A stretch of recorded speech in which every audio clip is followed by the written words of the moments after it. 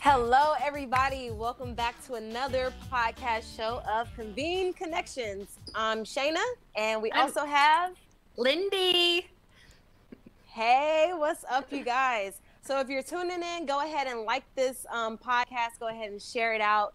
Lindy, how are you today? I'm doing fantastic. Shayna, how are you? I'm doing well. It's been a busy day, so, just excited to wrap this up with a good show tonight. So, yeah. So tell us a little bit about yourself. Oh, me. Oh, wow. So I have recently retired from active duty Air Force after 20 years as an analyst. August 1st, 2020 was my official date of retirement. So in the middle of a pandemic, not a whole lot of fun could be had, but since then I have been really working on what my next phase of my journey is, and it's still kind of in a transition period, but I am working on speaking and writing and coaching. Nice. And I'll go ahead and tell you all a little bit about myself. So my name is Shayna. I'm a full-time entrepreneur at the moment, so super excited to be talking to Lindy because she is such an amazing coach. She is such an amazing speaker. If you all don't know, she is also certified as a DISC assessment. Certified behavioral life coach. Yes, there we go. So we're going to be tying in some of her experience also in tonight's podcast, which we're going to be talking about. Lindy, go ahead and tell us what we're going to be talking about. We are going to focus on the importance of communicating, connecting, networking, building professional relationships. And as you and I know, this is a part of a professional relationship that we are currently involved in, and it's twofold because we're learning about each other on a personal level, but we're also navigating Convene communities together on a professional level, independently, and working together as a team. So it's all about building establishing and building those relationships that can really make this business and life a lot better for everybody. Yeah.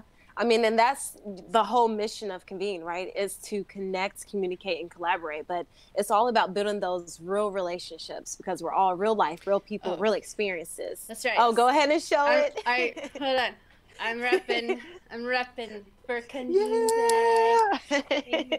Real life, real people, real experiences. That's it. That's what we're going to be talking about, and why relationships are important in all those facets. They are so important. Yes. So our topic today is building relationships. So let's go ahead and start by talking about, first off, what stops us or hinders us from building those relationships? What's your perspective on that?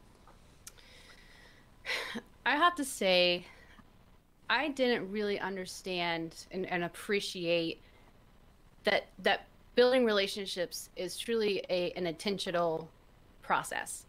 And it doesn't just happen just because you meet someone and shake hands. That might be like the start in some sense, but there's so much more that's required beyond that initial handshake or hello that really drives what that future of that relationship will look like. And early on, I'm going to just kind of use my military career as kind of like a foundation, because that's what I've been doing the last 20 years. You move around a lot, you meet a lot of different people, and people come and go frequently in your life, in the military sense. And sometimes it's hard to really identify, someone who's a colleague and someone who is a friend, maybe someone who turns into a significant other. I met my husband in the Air Force, and there's so many different ways to connect with people.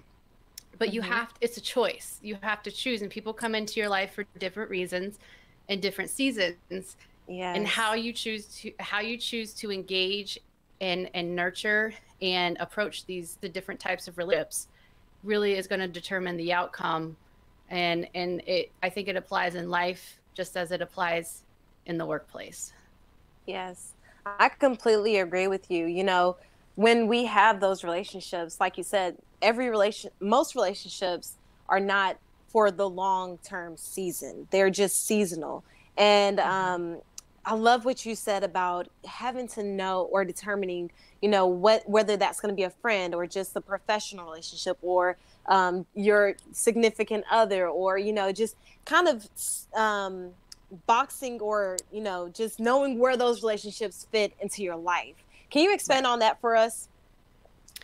So if I'm thinking of a scenario where I'm entering into basic training, and if you Hmm. can imagine a room full, and you're right, they separate men from women, and that's generally how you go through training. And if you imagine being in a room full of about 30 to 40 women, and you're all trying to talk and clean and fold and trying to get in the front of the line, or maybe not get in the front of the line, it's just chaos, and Mm, everyone responds differently. yeah. And sometimes, if you're not in tune with the differences between yourself and someone else, it can be a roadblock, Mm, because we start, when we don't understand something, we start questioning, or maybe we start judging, and we get a little hesitant to move forward in connecting with somebody, because there's just something about them that we don't understand, you know, why the words that they use, the behaviors that yeah. we see them display, especially if it's different. So Mm-hmm. one of the things that I've learned is that people are different, right? Yeah. Newsflash, newsflash, people are different. And Mm-hmm. when you start to allow more people into your life, it's so important to take a different stance and get to know people on an individual level. And that's how you can start communicating and connecting with others, and truly building trust Yes. and safety and security, and a foundation for developing a relationship with people Mm-hmm. on just a basic acquaintance level, but even before a friend, maybe a friendship kind of blossom, Right. you know. And that is, from a military perspective, you only get, at the time, 6 weeks. You get 6 weeks, and then you Yeah. just disperse. You Yeah. disperse to all corners of the world, and you walk into a new office, and you start that process almost Yeah. instantaneously all over again. So it's been Um, for me, it's been a constant um, cycle of getting mm-hmm. to know new people, different Mm, people, everywhere I've lived, all across the United States. And then, you know, in deployments, you get people from all over the world, from, you know, stationed in different places.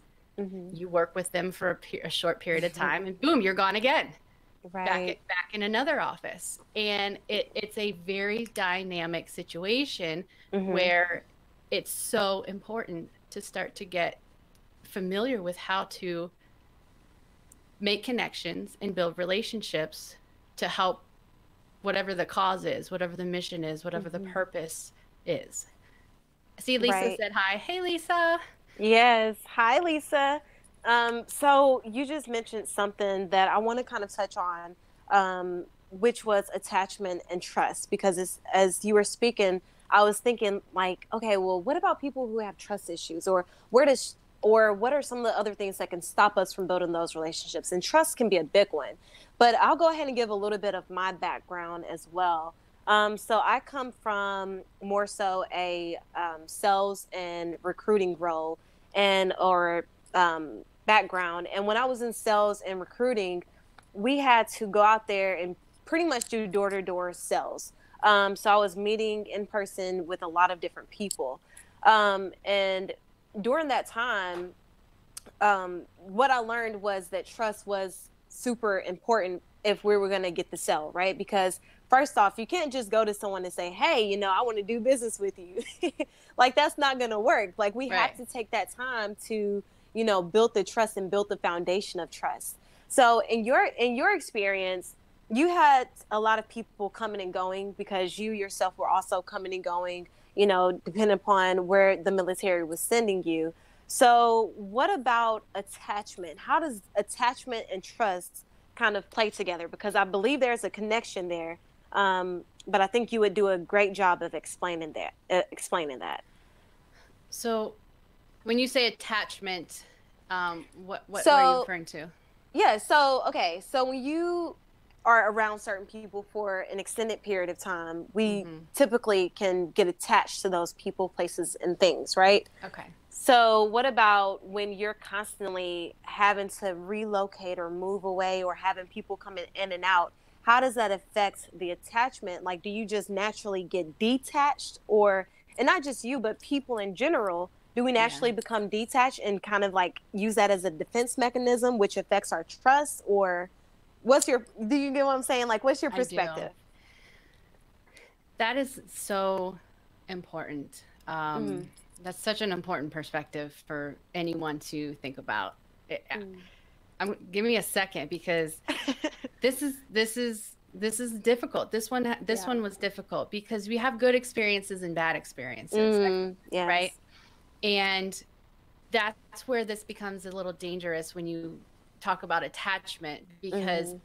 if your experiences, unfortunately, uh, maybe they were negative experiences, or things Right. that you didn't have a good experience interacting with someone, Mm-hmm. there is a tendency for some people to carry that with them, Mm. and it becomes a roadblock for them to open Okay. up at the next moment they have to potentially connect and communicate with someone.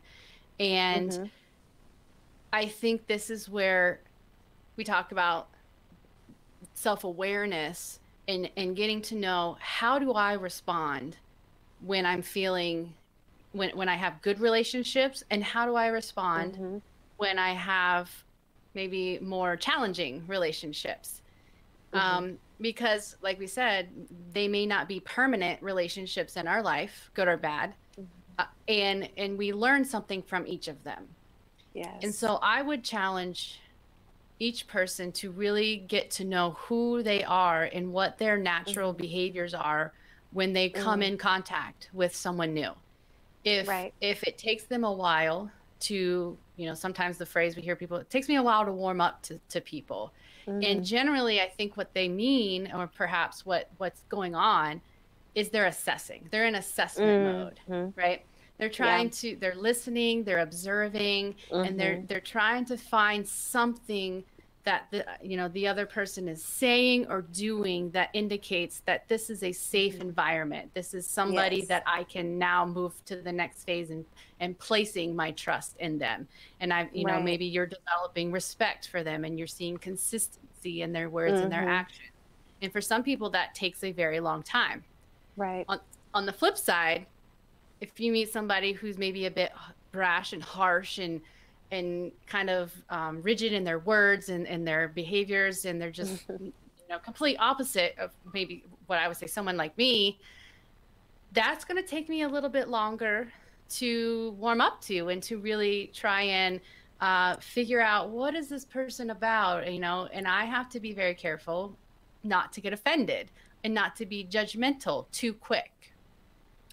And so it's all about self-awareness when it comes to relationship building, and knowing how you're going to respond, whether you're Mm-hmm. the outgoing, talkative one, whether you're Mm-hmm. the one who's observing and sitting back, and kind of being more analytical in your approach, or whether you're the one who's more, very direct, and uh, um, kind of aggressive, perhaps in the way you communicate. All of those things matter, and all of those Right. things, if we're not aware of how we behave, could Mm-hmm. be a roadblock in building Yeah. relationships with people. Yeah. I'm so glad you said that because one of the key things that came to mind was self-awareness. And I know that you help people become more self-aware. Mm-hmm. And actually, let's see, Lisa says self-awareness is key, knowing and understanding how we operate based on our experiences. And then she also says, they say that when we meet someone, we are meeting their representative until trust is built. Yeah, Wow, that's a that is great powerful. perspective, meeting the representative. Um, there's Mm-hmm. it's something that I teach, and I use as a tool in helping develop self-awareness. Is Mm-hmm. there's what's called the Johari window, or the Mm-hmm. trust model, the trust window, and it's really all about identifying, do I have a blind spot, things that I'm not aware of about myself? Does someone else have a blind Mm-hmm. spot, things that they may not be aware of, but I'm Mm-hmm. observing it? And then there's, the areas that we're neither one of us are self-aware, and it could be completely brand new relationship. I don't know about you, you don't know about me. Mm-hmm. We're in pure discovery phase. Right. And so ideally, through communication and going through those relationship building techniques, you get into a place where you start to get to know each other better, and you start Mm-hmm. to build trust, and you start to have more opportunity to share more about yourself with Mm-hmm. another person, because you're feeling safe. It's a safe place for you to open up and be vulnerable, because at the end of the day, we all want to be helpful. We all want to help Mm-hmm. somebody. But if I don't know how I can help you, and I'm not good at figuring out how to get to know you, Mm-hmm. that's a huge mountain to climb Exactly. sometimes for people. Yeah, it's like when we initially meet people, we're putting up that facade, right? Right.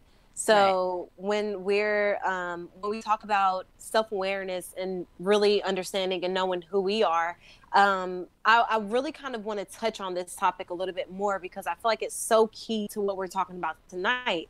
Because first, in order for it's kind of like what we talked about on the five love languages Hmm. book club meeting.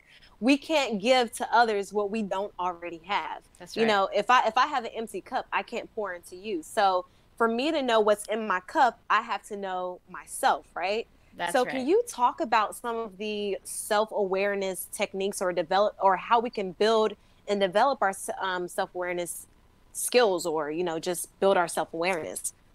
Yeah, well, you mentioned DISC. DISC is a behavioral, or Mm-hmm. some might be more familiar with a personality assessment, a behavioral Mm-hmm. assessment that measures your preferred style of Mm-hmm. of behavior in an environment. So, for Mm-hmm. example, the workplace, or at home, or in your social circles, Mm-hmm. and when you're taking these assessments, you're the one answering the questions, and you're the one using and drawing on your experience growing up, your experience navigating through life. And so the results are going to give you a sort of an unbiased view, if you will, of yourself. Yeah. And oftentimes it doesn't look familiar, Mm-hmm. because we're not really aware of how we act, in Yep. public, or Mm-hmm. that, as Lisa mentioned, that representative, that person, that side of us we put forward in Right. a particular environment. Maybe it's because we are wanting to be accepted, or maybe it's Mm-hmm. because we're a little insecure about knowledge and skills. And so we Mm-hmm. think we act a certain way because that's what we think people how we Want think to how people see. want to see, what we think they want to Mm-hmm. see, and how we're expected to behave. Right. And that could be completely false Mm-hmm. compared to who we really are when we're at home in Right. our most comfortable environment, when there's nobody judging us, Yep. and it can be a completely different display. Yeah. And we need to know what both of those are, Mm.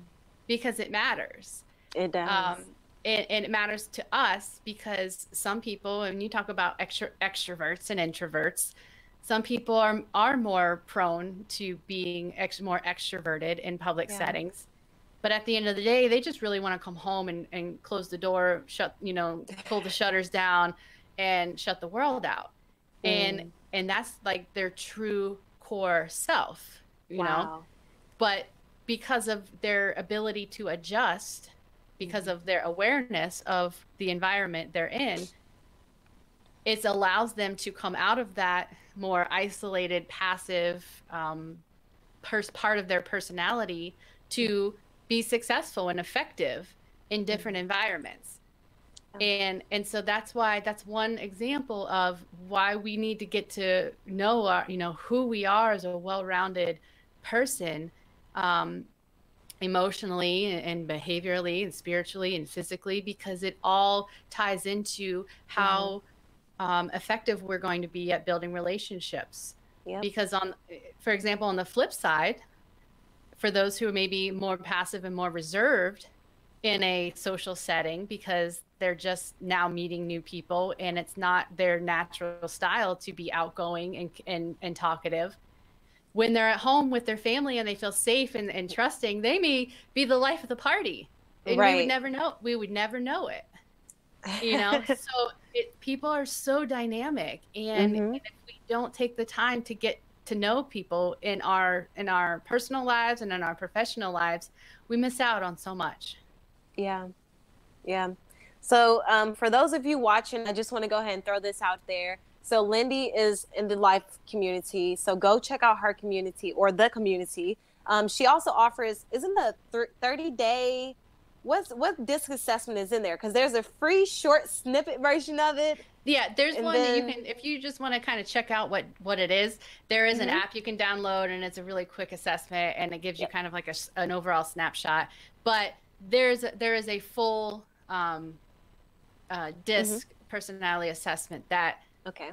I do offer if anyone Yes. was interested in that, and you can find Hmm. that in a life community. But I always Hmm. encourage people to read about it first, because a lot of Hmm. times you can glean a lot of information by reading through the Yeah. different types of personalities, and start to get a frame of reference on what this self-awareness thing actually is. Yeah. And that's what I love, and I blog about it and I write about it, and of course I love talking about it. um, but that's, for me, that's the foundation, is Yeah.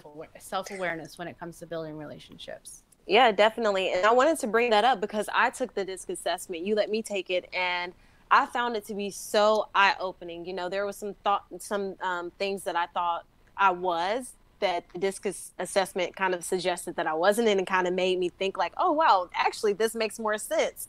So I just suggest anyone to, yeah, go research it. But if you really want to just take the test, it's amazing. I was really astonished by it.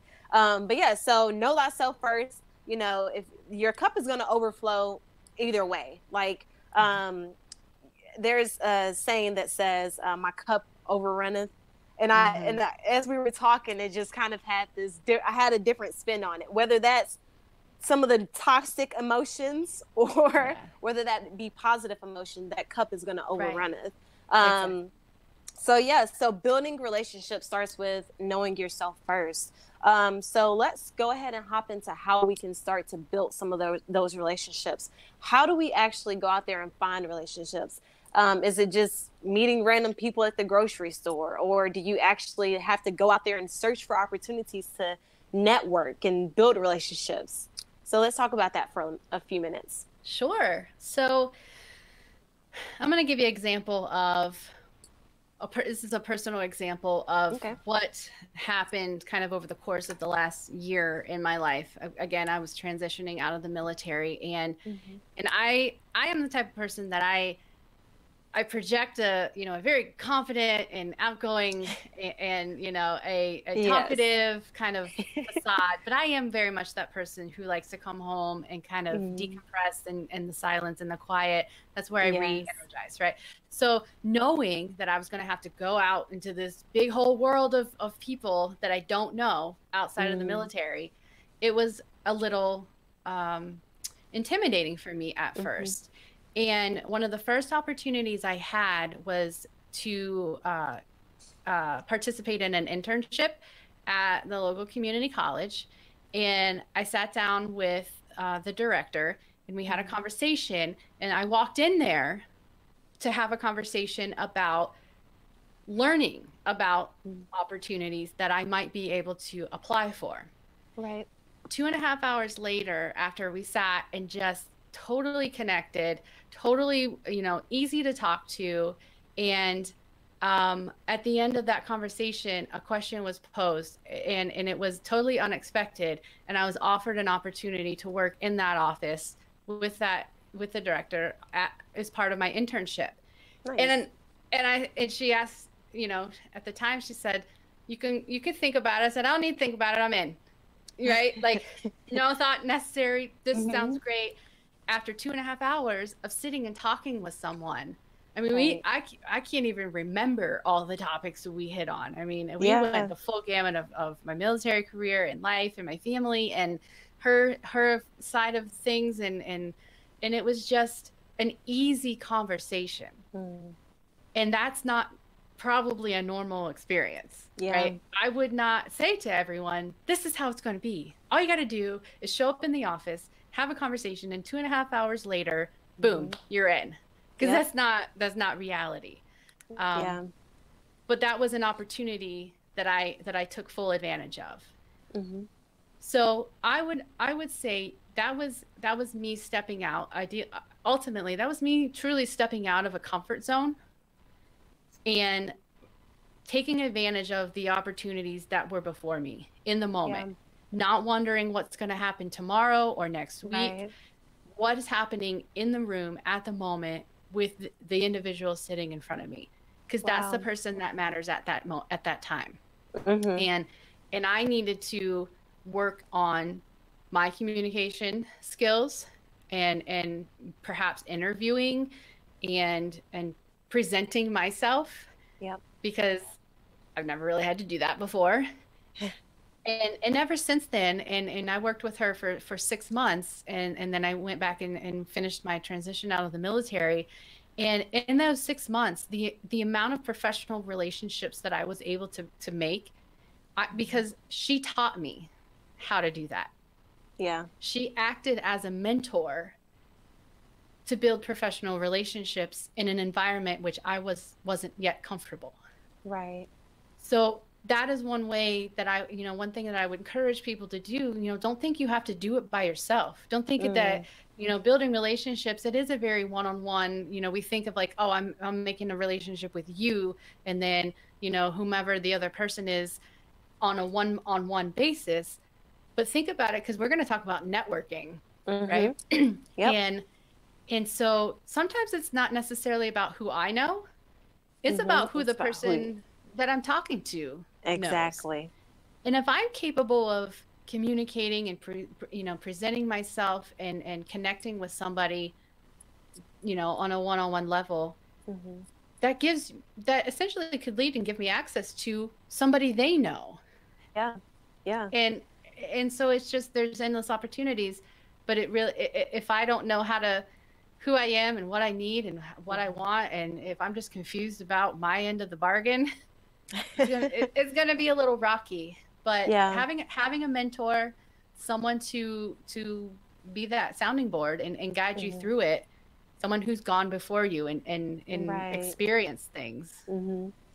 So key thing that she just said, you all, someone who's gone before you, because that makes the path so much easier, right? If you can tell me how to get there because you've already been there, then it cuts down a lot of the unnecessary turns that I may make if I was to just go by myself. That was a metaphor, so I hope you all got it.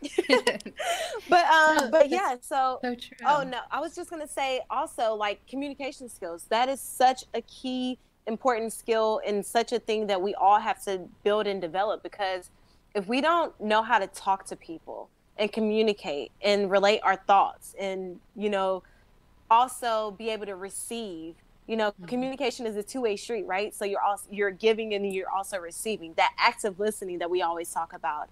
Then it's going to be very hard to build some of those relationships, because you're just going to get at a standstill where you're not getting anywhere with this conversation. And for me, I know if I feel like we're not getting anywhere with the conversation. I was just like, all right, well, we're done here. Thank you for your time. Yeah. Nice I'll send you an email. I'll Right. follow up with an email. Yes. Yeah. So I just wanted to say totally that. understand. That's true. And what I know, this is from my personal experience, Mm-hmm. that being able to communicate not just what your needs are, but your emotions and your feelings, and what it is you're looking for in a conversation. Right. So if we meet for the first time, maybe in passing, we're probably just going to say hello, hi, hello. Maybe say anything, smile. How you doing? maybe not even verbally communicate anything. Maybe just make eye contact and kind of do that half smile, you know. And you don't know what I'm thinking, and I don't know what you're thinking. You could have been having a great day. You could have been having a bad day. But we get in these, this headspace sometimes where we become our own worst enemy when it comes to communicating. We're always thinking about how we're feeling, but yet we're not communicating it to the other person. So maybe I need help with something, but I have never uttered the word, Shayna, I need help. Right. Shayna, I need your help. And I'm just telling you all the problems, and I'm telling you how I feel. Shayna, I don't understand. This isn't working. I don't know why you feel this way towards me. Shayna, it's almost projecting the problem on somebody else, when at the end of the day, maybe I'm just not ready yet to say, or I'm not self-aware enough to say, wow, I need help. Right. And then I communicate that, Shayna, I need help. Yeah. And that opens a door. That opens a doorway to communication. That gives you the opportunity to respond. Right? And that's a part of communicating that we kind of flounder on sometimes, because we're not yet aware, like, I have all these feelings and thoughts and things aren't going right, and it's all inside of me, and I have yet to share that out so someone can understand where I'm at and what I need. And I need to be the one to communicate it. That no one can. People don't read minds. Right? Exactly. Which then trickles into a cycle of other, feelings and emotions, because now you have this inside secret, in a sense, where you're not communicating what you need, or what you feel, and that emotion essentially begins to build and build and build and build and build. So the other person, they can't read your mind, but at the same time, you're not communicating, and then there's a complete disconnect because there's no communication. Right. And if you go back to what we were talking about earlier, someone who, when you're talking about attaching and detaching from people, if you're constantly showing up in a new place, not willing to open up to that level because of a previous experience, that just leads to frustration and hardship, and it can damage professional relationships, and certainly personal relationships. And sometimes that leads to issues in career advancement and opportunities. And again, I go back to, that's why that self-awareness piece is so critical. Yeah. And what about the networking aspect? We talked about networking and how this could be a beneficial way to also build those relationships. So I know, like, when I was oh, go ahead. I think delay, so if that's okay though. Yeah, there's a delay there. The connection is a little, but it's okay, we got it. You go first, I'm waiting. Okay, so I was just gonna say, like, when I was working as a recruiter and a sales representative, one of the key ways that I learned to build relationships was through networking events. And I remember my second true networking event, and it's a great networking organization, which is called Network Under 40. And I went to an event that they were having, and they had an open bar and whatever. But, people were just so open to meeting other people. So I find that when you go to those events, like you're around people who are there because they are open, right? You typically won't find someone who's closed off to meeting other people. So for me, like building relationships through networking event had been very useful because I would follow up with those people. I would go have lunch with those people after the event, and some of them I still keep in touch with to this day. You know, so Right. yeah, let's talk about networking events. So those ones are actually difficult for me. That's the Mm-hmm. side of me that I have to go outside of my comfort zone. And when I when I show up at a place where I've been in a room with over 3,000 people, and the Mm-hmm. ultimate goal was to learn and network and make professional connections, but also to get educated on different things. And that was I mean, beyond overwhelming for me. And you had Mm-hmm. your own table, and there's about 10 people at the table. So that was, your personal group it was a 3-day event. And for those 3 days, it was the same people at the Mm-hmm. table. But being in a room full of 3,000 people, it's so hard to know who to say hello to, where to Yeah. start, where to begin. So I learned what I learned about myself. I'm much more comfortable on a one-on-one basis. I'm not the type Mm-hmm. of person that's going to be working the room and, Yeah. saying hello and handing out business cards. Like that takes effort. That takes Mm. me, to really dig down deep and push that side of me forward, because Yeah. there's a benefit to it. You learn and you grow from doing things like that. And Mm-hmm. networking events, it's trying to figure out how you can help each other and, Right. and advance someone else, which in turn could potentially advance your own interests, right? Mm-hmm. So it's all about getting to know somebody else and how you can help them help you, right? So Mm-hmm. when you're going into networking events, the idea oftentimes is, oh, tell me about yourself. Tell us about Right. yourself. Who are you? What do you do? Where, and so it immediately turns into the spotlight becomes on you. Right. And so when you think about it, when you show up to a networking event, probably the mindset is, I'm going to get to know other people. Mm. And then then the tables are turned and like, tell us about you. And Yeah. sometimes we're not prepared to do that. We're not prepared to talk about ourselves. Um, Mm-hmm. so you got to be prepared for both, which means you You got to don't want to give know, them an elevator speech, do you? Like something they right? memorize. Well, my name is. Right. I'm Lindy. I'm a life coach, and I'm here to make connections, right? That's the spiel. That's the standard, what people would expect. But that's not what they want to Right. know. They want to know No, it's where not. you grew up. They want to know Yes. maybe where you went to school. Do you have Mm-hmm. family? What are your interests? What, Yeah. what crazy life Those connection experiences. points. Those are the, yes, connection points that are really Mm-hmm. going to realize, like, oops, I hit my microphone. I'm getting all crazy with my hands over here. That are really going to humanize who Mm-hmm. who you are, what your values and beliefs are, and that's what people want to know about. They want to know Yes. all the fun, interesting things they can't read on a resume. Right. Exactly. So Eugene says that he loves networking events. So Does Eugene, he? we want to know why you love networking events. So leave us another comment to let us know why you love networking events. Yeah. So What's your yeah, signature? so What are your signature moves when what is your strategy as you're working the room work in the there, room Eugene? with his calm, soothing voice. Yes, exactly. But I will Yes. say that even sometimes being in a smaller Mm-hmm.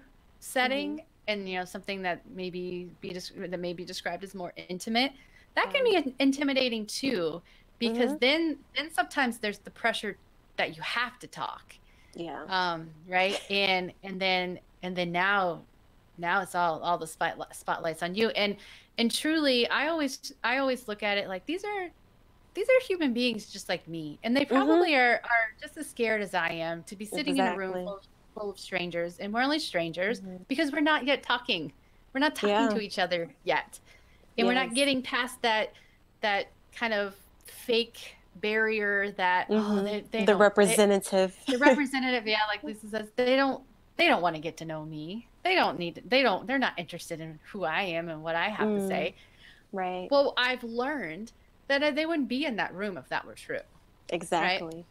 So it takes the person who does have self-awareness, who's confident.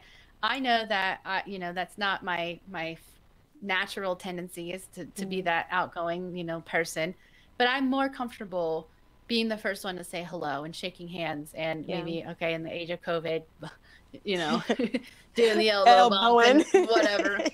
But I'm much Eugene says he enjoys people and he feels alive. So you get energy. That, you know, that's energy that is happening in the transfer of energy. And yes, he likes talking. Like, really, Eugene?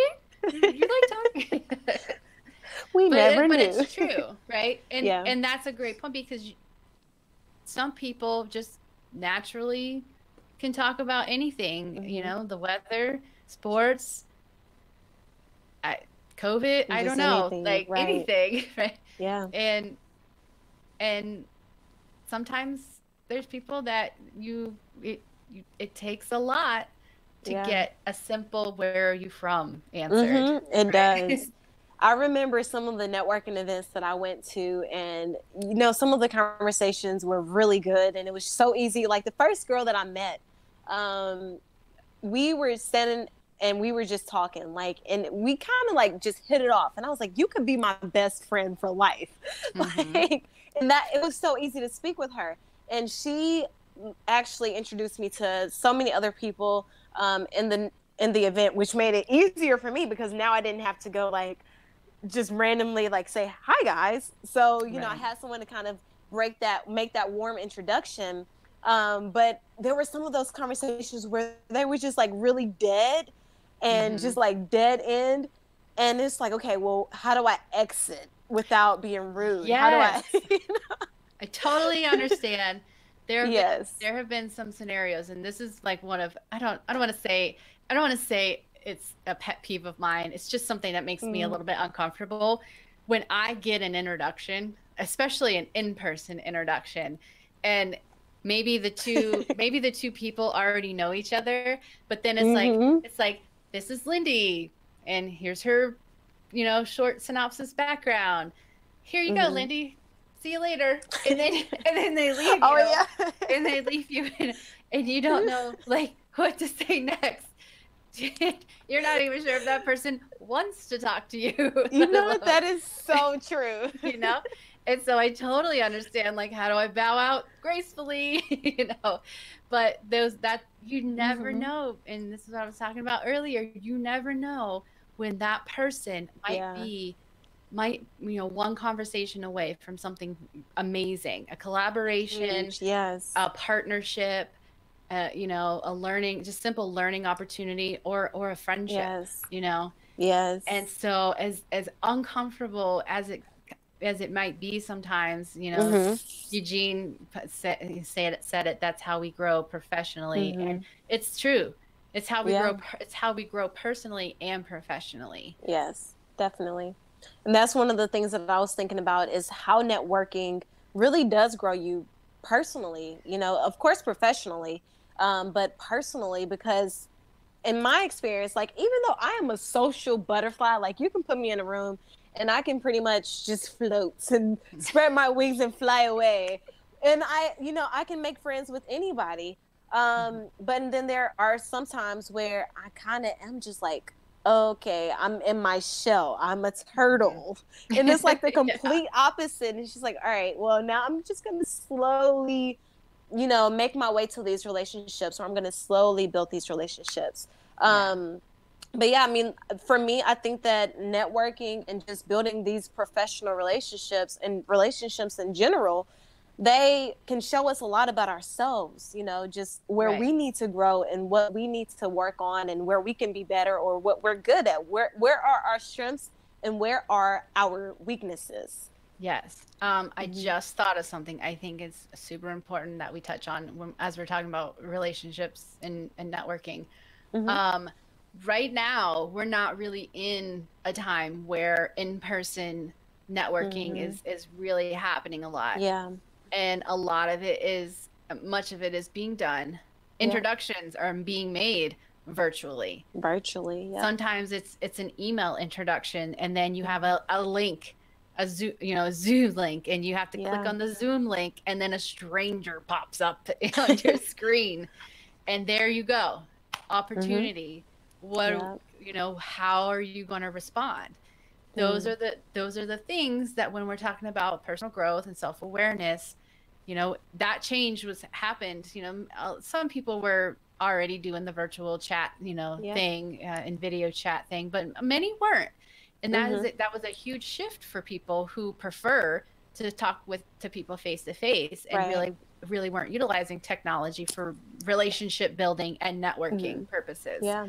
And so now that's a barrier that's been a roadblock for some people Mm-hmm. to overcome, and that's been a growth, um, area of growth for myself, for Mm-hmm. sure, in these last 9 months, 8 months. Yeah.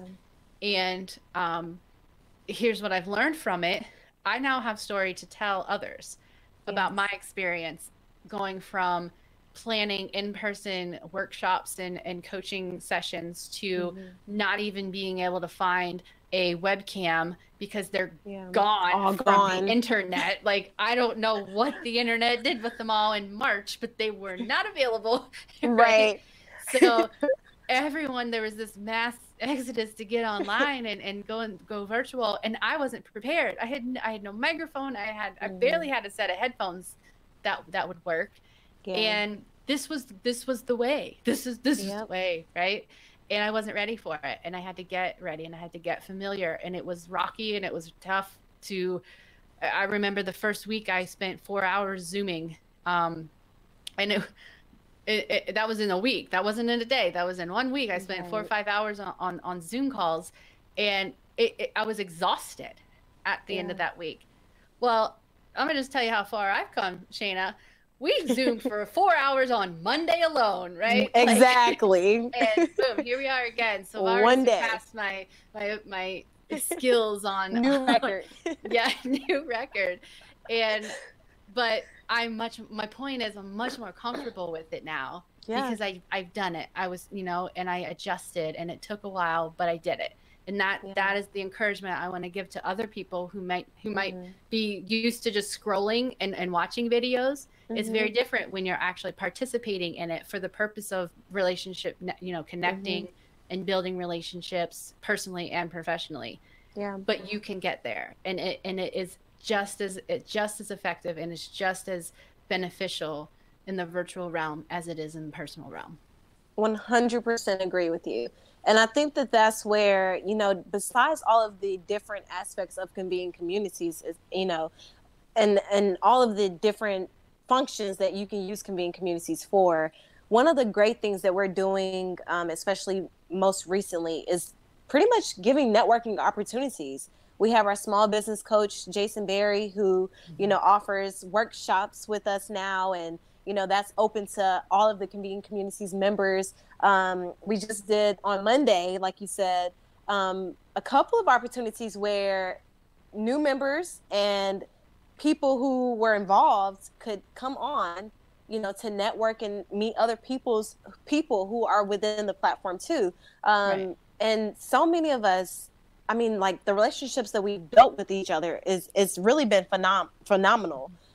Just hearing each other's backgrounds, hearing and learning about each other's professional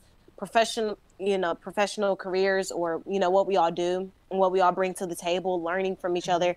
It's been Right. really great. So I think that, besides Convene, just as far as the things that you can use it for, the tools that it offers, is offering people so much more than that. It's offering people the opportunity to build real relationships with real people. Yeah. Yeah. Yeah, and I would add on to that, finding people with the same interests and things Mm-hmm. that in areas that you have an interest in, particular industry or, career or Mm-hmm. life experiences, sports. technology. I mean, we could probably spend the rest of the time just throwing out topics and areas and industries that people could really find communities of like-minded individuals with similar interests. And I think that's going to be important coming into this new year, coming out of this old dusty 2020. We all want to kind of pretend like it's going to disappear on January 1st, right? I know Eugene just commented the new normal. Yeah, the new normal. And so I think the mindset that we should really start to put forward, you know, thinking about in reality is how are we going to make this next, well, the rest of 2020, I'd say, don't wait, right? Starting today, how are we going to make good use of the time that we have and the tools that we have? And Convene is a tool to do that, to build connections and build community and build opportunities to talk and interact with people who have similar interests and share experiences. And that's really the core of what the platform's all about, and educating. And so being able to connect with people and share information, and that helps you to feel like you're not alone. Right? Exactly. Sometimes it's hard to find your people, your tribe, your unique community of unique individuals. And if you can't find one, here's the beauty: you can create one. Exactly. Yes. And that's, if you can't find what you're looking for, you can create it. Exactly. And that's what's awesome about it. Which opens that door of opportunity. Yeah, exactly. And so yes, 2021 for me, I'm optimistic. I've had a great experience learning about myself in the midst of a pandemic. I've learned a lot about myself and how I communicate with people and what I'm willing to, you know, the boundaries that I'm willing to push myself in order to grow. Yeah. And it requires building new relationships. It does. And that requires getting outside of your comfort zone.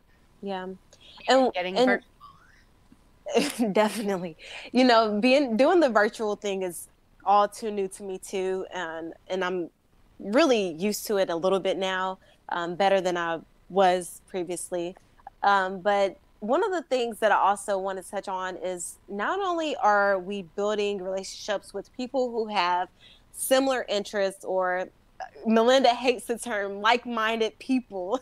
I think I said that. You did, but it's okay. But she explains why she says that. So, and she does a great job of explaining why she says that, because the great thing that we're doing also is not just building relationships with people who have similar interests, right? We're also knowing people who don't have the same or share the same interests that we have.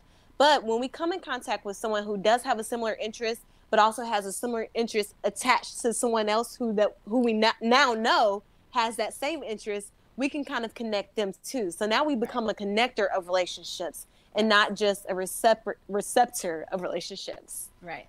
Absolutely. I agree 100%.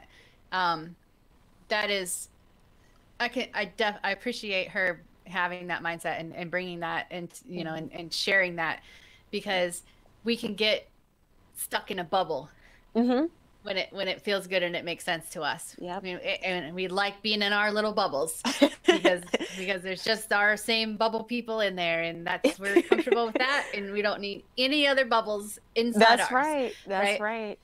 But it doesn't mean that you're going to meet somebody who may be interested in somebody else's bubble. Like, that's okay. It's okay. It's not my bubble, but if it's your bubble, but if it's your bubble, I know somebody else who has the same bubble. You all should bubble. And so it's okay. And it's okay. It's okay to be different. It's okay. And bubbles create bigger bubbles. Yeah, joining the bubble communities. I don't know how. Sorry we got down this bubble road, but it makes sense visually. Yeah, it does. No, it does. Just imagine a bunch of little kids like playing in a park, blowing bubbles, and then like there's like a whole you know, sky full of bubbles, and none of the kids are playing with each other. They're just blowing bubbles, right? Yeah. That's how we act sometimes. We don't Yep. care about this kid blowing bubbles. It's the Mhm. same bubble. It's the same bubble. It's the same soap, right?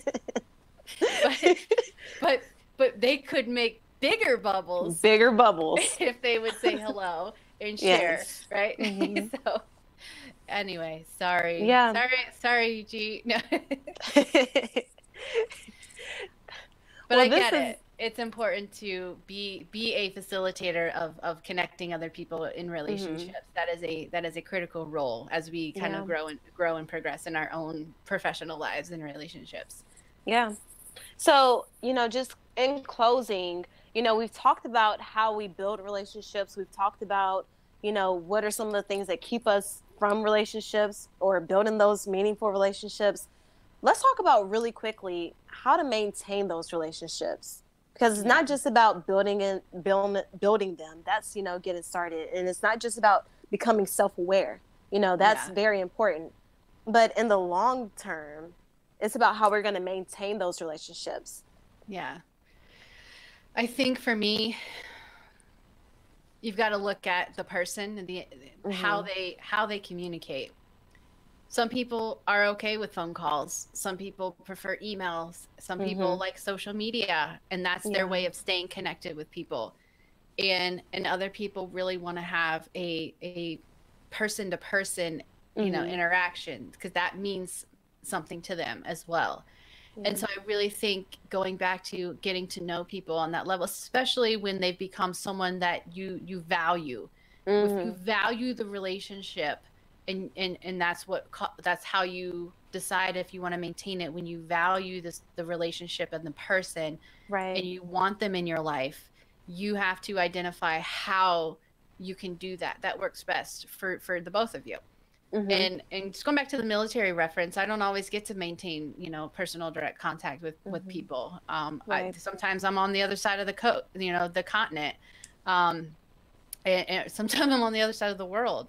And Right. I have friends. I have lifelong friends, and I say lifelong because I have friends who I met very young, you know, Yeah. in school growing up from my Hmm. hometown, and I have people who I met on day one of the military that I still. It's that saying where it's like we can pick up the phone after going 6 months to a year without talking, and it's just like Hmm. yesterday. Yep. And so you get to know people over time and you Hmm. understand what they value and what is meaningful to them, and you Hmm. meet them where they are. And Yes. you know, when you think about your parents and how they communicate, and if it's a phone call and written Hmm. letters, sometimes a handwritten note is more meaningful than a text message. And we talked about that Right. with Patty Muller, you know, a lot. And she'll tell you all day long about that stuff. But Yeah. it's how that person connects. Yes. And so it's not always about what I want to do. So it's so easy Hmm. for me to send a text message to 5 people. It's the same text message saying, "Hi, how you doing?"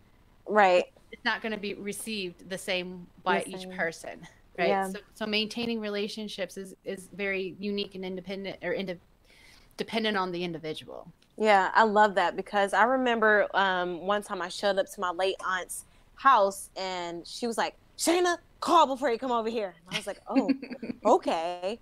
But that's it. It just kind of goes to what you just said, knowing how that person wants to be communicated to, or what that relationship looks like. Right. Because if I go to my granddad's house, I don't have to call. If I go visit certain people, like I can just Right. show up and there's no problem. But just understanding that each person is different and how they want that relationship to be maintained. It's not that they don't want to have a relationship with you, but they just have a way of their, doing things. And, if Right. you all can meet in the middle, then it's a relationship that can possibly be a good fit. So, Yeah. yeah. And the last thing I'll say is recognizing where they're at in their lives is important Mm, too.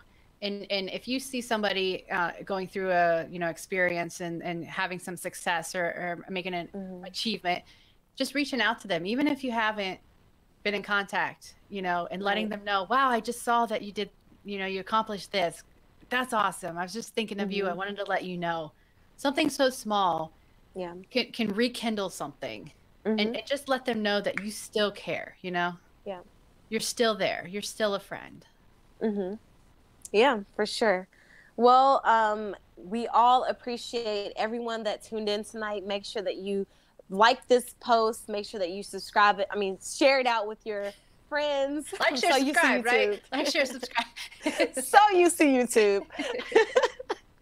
But yeah, so we will see you again next Thursday. Matthew Kern will be back with another podcast episode for you of Convene Connections. So we'll see you again. Have a great night.